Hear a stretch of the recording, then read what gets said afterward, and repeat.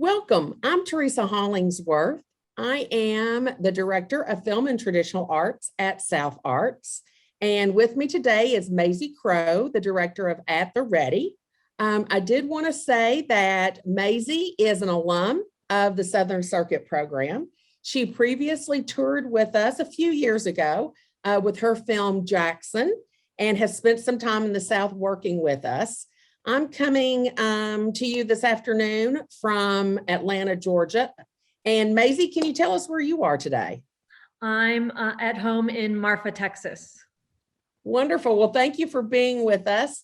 Because the Southern Circuit Tour has gone virtual, every time we have a conversation with a filmmaker this year, we're someplace new. So thank you so much for working with us and for sharing your fantastic film with us. Having me.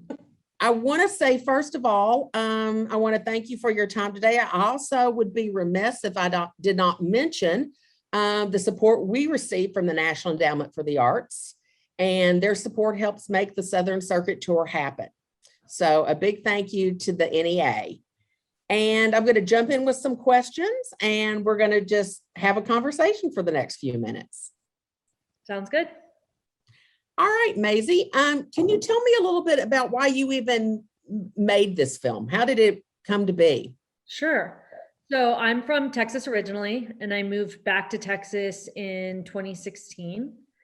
And I started researching some of the laws that were being passed around immigration and immigration enforcement, one of which was a law called SB4 that allowed any law enforcement agent or officer to ask for citizenship papers. And that obviously is problematic for a lot of reasons. So I went to Laredo, where this issue was being fought and a court case was taking place. And while I was there, I visited a high school class to talk about filmmaking. And in the high school, I saw kids training with these red guns, these red plastic guns that you see in the film. And that immediately caught my attention because I had never seen that before in an educational setting. And I immediately inquired about what was happening. And they told me, oh, those are the law enforcement classes. And I was pretty surprised by that. So I immediately kind of shifted my focus in what I was working on and put in a public information request about asking for how many high schools offered law enforcement classes in Texas. And I got back information that there were over 900 high schools in Texas that offered some form of law enforcement education. And that was really surprising to me because I went to high school, public school in Texas, and in Marfa, I live across the street from high school. And I didn't know that. I had no idea. So I was further interested in the complications of a high school on the border training students to go into law enforcement and what that might mean. So then I just started doing extensive research and eventually ended up at Horizon High School, which is the school and the students and the teachers that you met in the film. And that is a very long way to explain how I got interested in the subject matter, but that's what took me there. Well, the fact that you mentioned that there are 900 programs, vocational programs, basically around law enforcement in Texas, we know Texas is a huge state, but that's also a huge number. Do you know anything about the funding or the support to support these programs? I don't know. We could never really track if any funding was coming from outside sources or if it was just coming from the school districts, if they were like sorry, let me start over. We were never really able to track the funding for this. But one thing that we did learn is that I think around 2012 or 2013, a law was passed in Texas that required students to essentially choose a major very similar to what happens in Europe, and or in some European countries. And one of the majors is public safety. And so law enforcement falls under public safety. And that's how I think it became so widespread within the schools. Can you share with us how you connected with the three students who are featured in the film? Sure. So first of all, I visited a number of high schools to kind of see what school made the most sense. And at the time, El Paso was becoming a big talking point within the president's rhetoric and within the national rhetoric around immigration. And since Texas had enabled in some capacity law enforcement officers of any agency to enforce immigration, I wanted to be on the border. So I started visiting schools in El Paso, and at Horizon, Sylvia Weaver, one of the law enforcement instructors that you meet, just immediately opened up to me, and we really connected. And I was so surprised by the dichotomy between her very motherly, caring personality and then the fact that she was teaching law enforcement. And it was like this, it was a very surprising combination that I had not anticipated.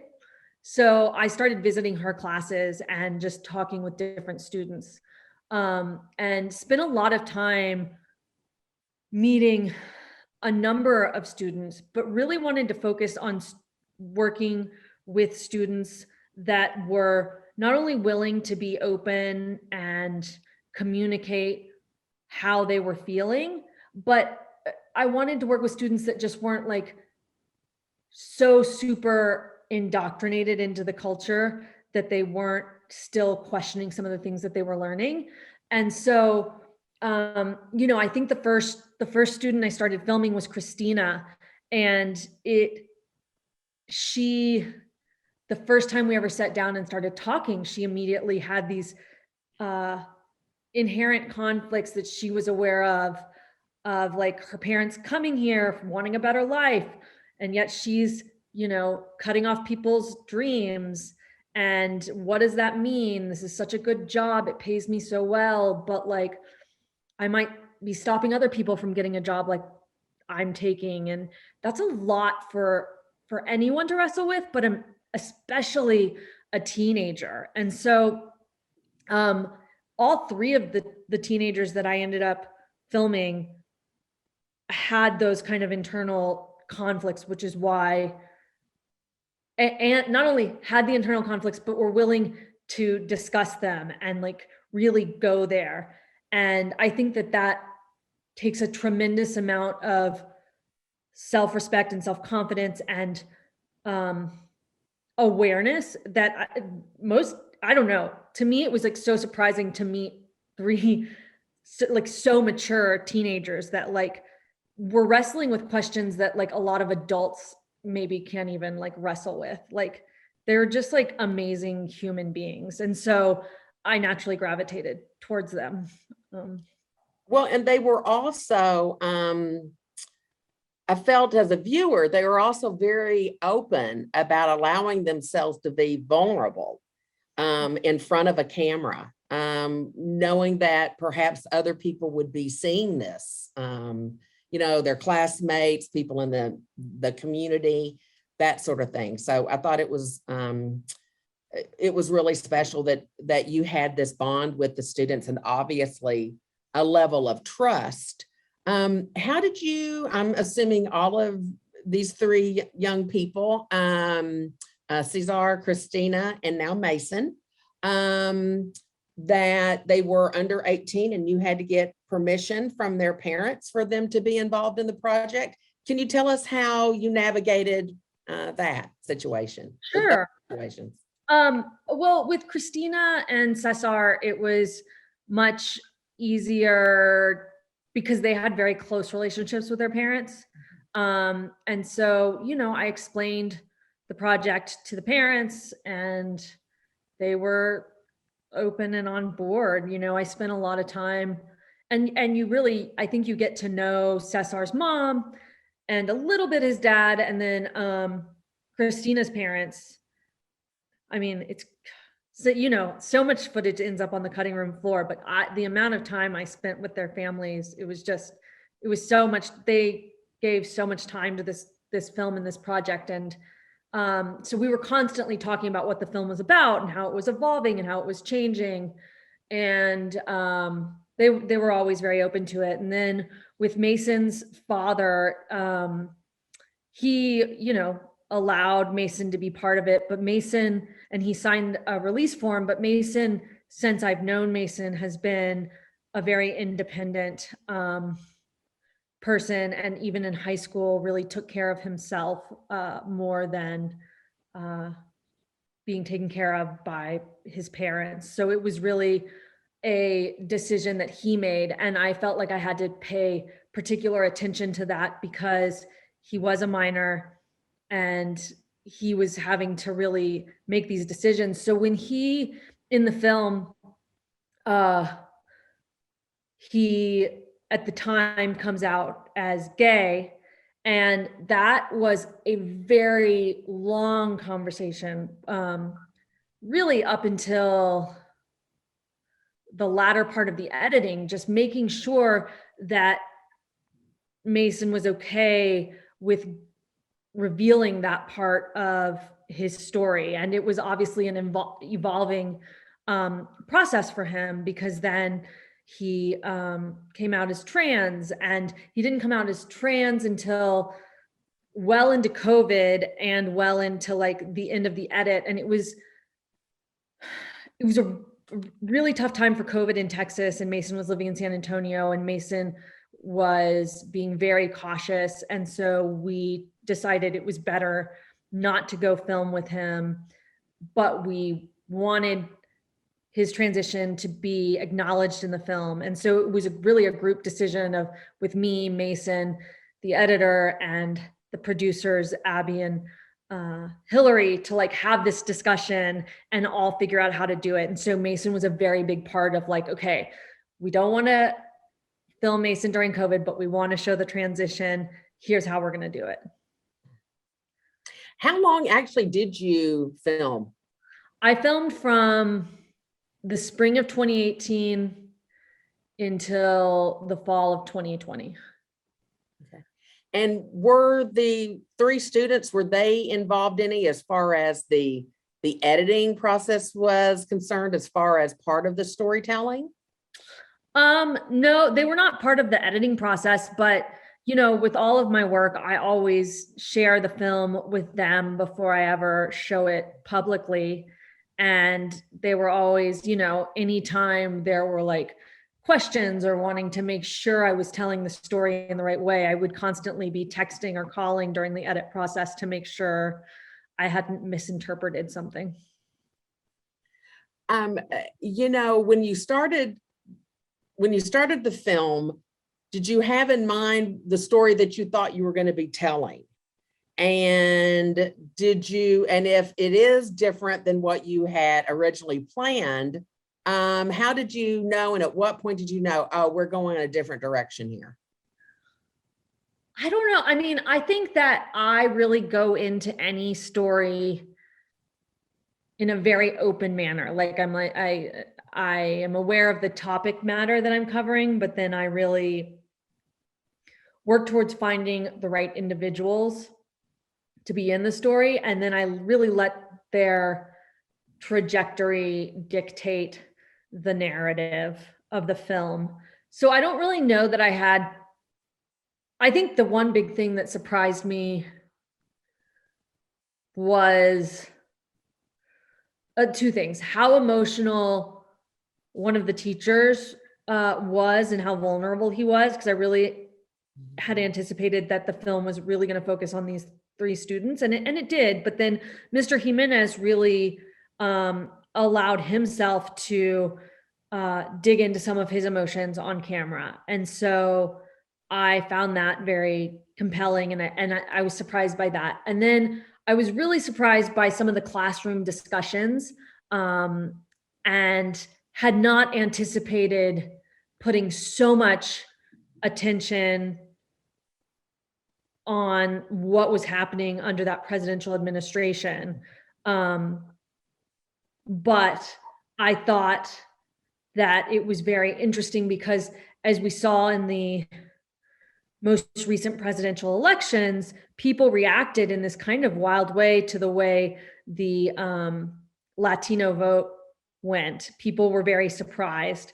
And I thought that was reflective of I thought the conversation was reflective of how that vote really happened. I mean, like any culture, like the Latino culture is so diverse. It's made up of so many different people from so many different countries, from so many different socioeconomic groups.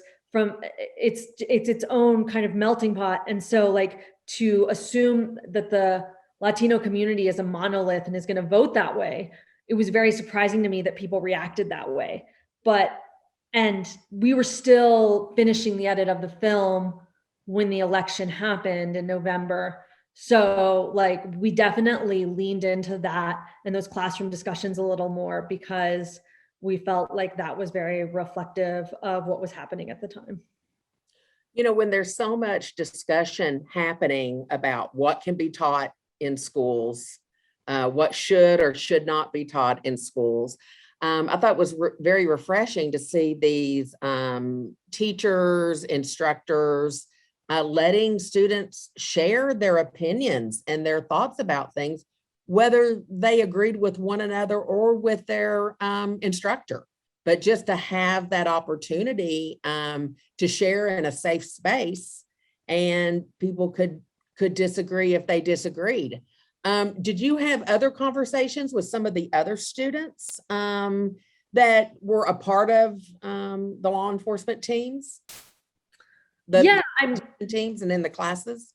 totally. I mean, I knew a number of them very well, and, you know, filmed a number of discussions like the ones that you see in the film, and followed some other students, not at the same in the same depth and manner that I followed Cesar, Christina, and Mason, but there were other stories out there that were just as interesting and just as complex that didn't make it into the edit.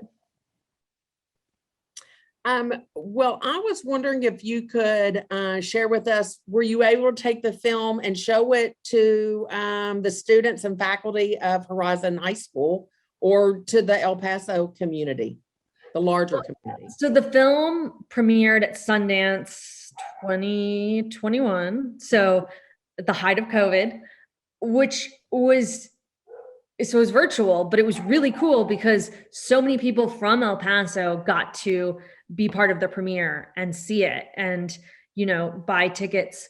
And all of the students, not all the students, but a lot of the students that were in the law enforcement program were able to tune in and watch it. All the teachers were able to tune in and watch it. And it was really cool to be able to show it to such a wide audience, like all at one time, and have these reactions. And there were a lot of reactions taking place on social media, especially social media accounts that belonged to people all along the border that had watched it. And there were all these reactions of like, oh my gosh, like there's always been so many Border Patrol agents in my school coming and promoting the jobs, but like, it's never been like a discussion I really had with my parents about like, is this something we want in our schools or is it not something we want in our schools? And so I was really surprised by how many people were engaging with the film and how much engagement existed on social media, and that people were just like asking questions and having discussions about what it meant to be so over policed on the border. What kind of feedback did you get from the faculty at Horizon High? The teachers all really liked it, and they all felt like they had been represented in the right way. Even Mr. Guerra, who is, I think to some people, like what they would call I don't know what I've heard some people refer to him as like a stereotypical cop. And I think he prides himself in being that person. And so after I watched the film one by one with each person in it on Zoom, just because I wanted them to have the opportunity to say, oh, pause the film. I have these questions. And so it was funny because I'm like staring at him on Zoom and he's just reacting and laughing at these moments and then nodding his head at these moments, like where he would say stuff that I would disagree with. But he felt like, no, that is my intention. That is what I was saying. That is my belief. And that's who I am. And so he was appreciative that that was in there and not made to come across in any sort of different way. I do want to go back to the fact that this type of opportunity or training even exists in high schools. Do you know if this is available in other schools in the country?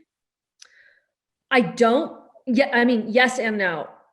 I know that it is available in other states and programs like the Border Patrol program that you see Christina participating in those are available across the country because they're sponsored by Boy Scouts of America. And I do think that these programs exist in some other schools and other states, but we would have had to pull requests from each state agency and we just didn't have the resource or time to do that. But yes, I imagine they are in other states. Well, could you share with us where the 3 students are today and what's going on with them? Any Sure. updates? So Christina is working as a hall monitor teacher at a elementary school while she's finishing community college, and she is still working towards joining the Border Patrol. Cesar is not involved in law enforcement and is working at a shoe store in El Paso and has really spent a lot of time working on repairing his relationship with his father. And Mason lives in San Antonio, which is the last place that you see Mason in the film. And he's continued his transition. And the last time we spoke a couple of weeks ago, he was talking about how he was still kind of struggling with his identity as it relates to like supporting Black Lives Matter and like being anti-police, but still loving the people that he had become really close to, both students and teachers in the law enforcement program, and really starting and trying to reconcile those things, because in the national rhetoric, it seems like those two things are just completely at odds, but they're not per se. And for Mason, I think he's been very introspective about like, okay, like, yes, I can support like defund the police and I can support Black Lives Matter. And these are very, very important causes to me. And these people that are police officers, you know, are not bad people, but like the institution as a whole is problematic and like we need to work on it. And so it was really interesting to like have those discussions recently with Mason. Is Mason going, well, obviously he's still interested in activism and finding his way with his activism. And how's his relationship with his family? I think he's very removed from his family at this point. I think it's been a struggle because they have a hard time accepting who he is. Well, thank you so much for sharing his story though with us. And you know, it's one of sometimes the biggest surprises in films can be toward the end of a story. You think you know everything about a story and you don't. So thank you for letting us know about the new journey that Mason is on. Well, you know, I was wondering with Mason and his activism and his work with Black Lives Matter and some of the things that he was, you know, rights for the LGBTQ plus community. You know, with his work, did he ever say any, I mean, was that ever, it was never an issue, you know, for him to be a part of this movie, for you as a white woman to be, you know, sharing his experience and sharing his stories, that sort of thing? Well, we, after Mason transitioned, we worked with GLAD and a consultant from GLAD to really make sure Mason was not only comfortable, and Mason was part of this whole process, but not only comfortable like talking about his transition, but also working with how we were going to inform audiences and then publications that were reviewing the film of like Mason's pronouns and when to use like Mason's former name, Cassie, and when to use Mason's current name in the film. And so, and I have to say, back to the crew question and being a white woman making the film in El Paso, it was really important for me to hire local crew and work with people that are from El Paso and Juarez. And I had originally hired Braulio Beltran as a audio person, and he just showed so much interest in the project and then just became such a big part of the team that even though he had never produced anything, we asked him to come on as a producer because he was really acting in that role. And I think it was, for me, it was invaluable to have that perspective of someone who grew up in Juarez, but spends time living in the US, because that was the same scenario and situation for so many of the kids at Horizon High School. Maybe they had one parent living in Juarez, or they had family there, or they were born there, but their whole family lived in the US. And so understanding and navigating the what that meant to grow up within a border community and be very like binational. So I don't think we could have made the film what it is without Braulio being such a significant part of the team. And just out of curiosity, with some of the students that you encountered during the making of the film, did any of them decide perhaps they were more interested in filmmaking and perhaps border patrol work, or work with the military or a police force? No, no one was really into filmmaking except for Mason is really like wanting to go into acting, which is totally separate from, you know, being behind the camera. But no, other than that, I think people just kind of saw me as like the crazy lady that was just like constantly hanging around with a camera. Well, Maisie, our time is up, and I just want to thank you again for being with us and for sharing at the Ready. All of our screening partners, will have access to our discussion that they'll be able to use either in the classroom with community groups. We hope folks who have stayed for the film have found this conversation informative, and hopefully it's answered some of their questions also. So thank you so much. And we look forward to your next project, whenever that should come. Thank you.